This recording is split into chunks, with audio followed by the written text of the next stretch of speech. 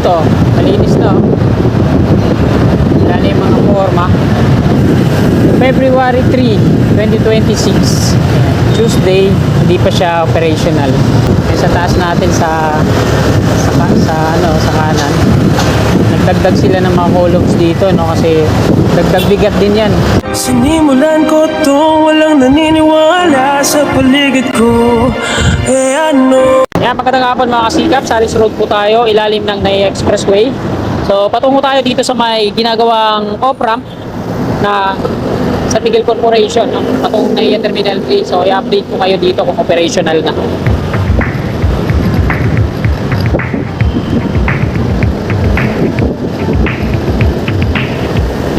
So, sa mga bago lang sa channel ko, no? Bagong silip lang at hindi familiar sa lugar na to, ito po yung Salis Road at ito na yung ginawa na Wilswell ng San Miguel Corporation dito sa ilalim. Tinanggal yung mga center island, nilagyan na lang ng mga reflectorized markings niya sa poste.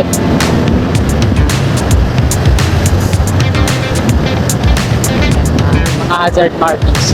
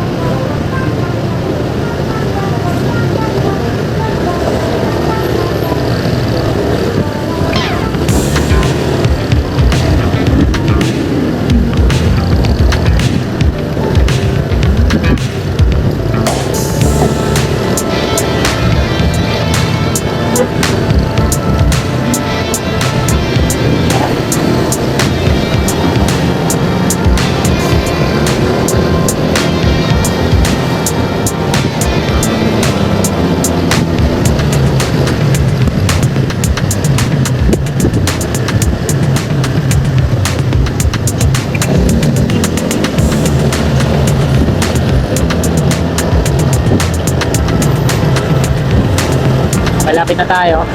On ramp sa kaliwa, patungo entry pala, patungo na NAIA Terminal 1 and 2. Capitex at Macapagal Boulevard.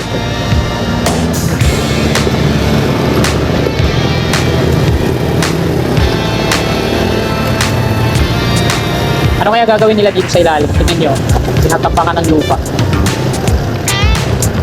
Ano?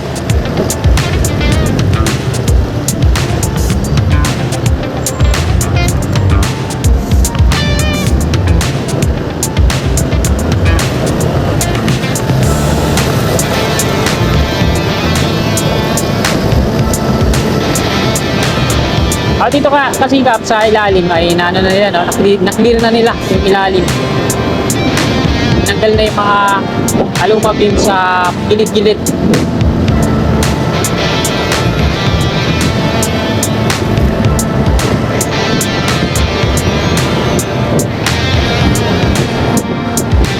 And wala dito, malinis na. Yan yung mga forma. Pati yung mga pier columns niya, inis ano. Ito na lang, yung maliit na bahagi na lang to. Nandito. Taas. Tingnan natin kung ano, kung operational na. Mayroon pa pala dito. Nag-scaffolding.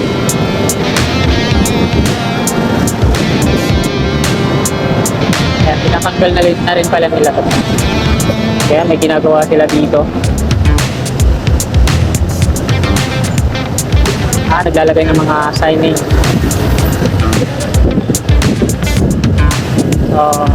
So February 3, 2026, Tuesday, hindi pa siya operational.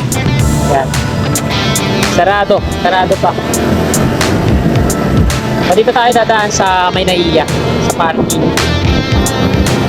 So, dito yan dire-diretso. Yan yung sa kanan natin, yung off-ramp ng NAIA Expressway, patungo din yun dito. Galing NAIA Terminal 1 and 2. Kaya nga, mas maganda talaga na merong ano dito off-ramp. Kasi hindi ka napupunta sa NAIA Terminal 1 para bumalik ulit pag U-turn patungo dito.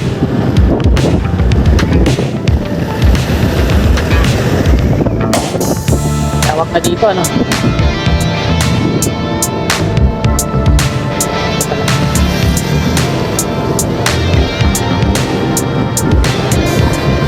Tanggal na pala yung sa motor. Tanggal na pala yung sa motorcycle, ano? Wala nang lane dito yung motorcycle. Dito sila na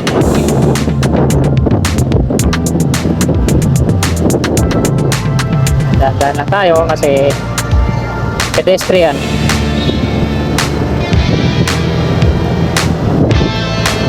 Sa taas natin sa kanan. Nagdagdag sila ng mga columns dito, no, kasi dagdag bigat din yan. Ang ginagawa nila dito, nagdadagdag pa ulit. Hanggang dito pala sa dulo yun, sa may footbridge yun. Yan yung mga naglalagay ng bakal. Hanggang dito pala yan, tingnan nyo.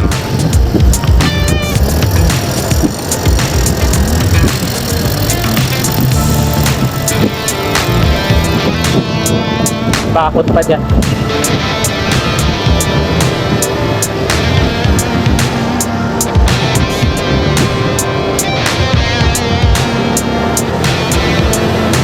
Exit.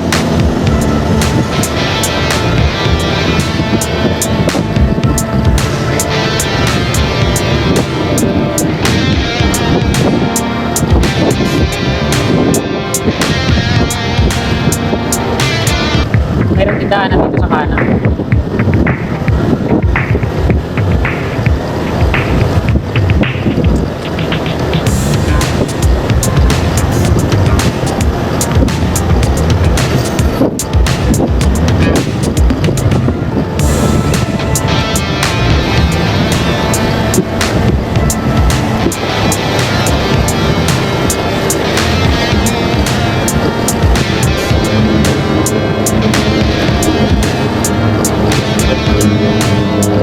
Ayan, mga kasikap.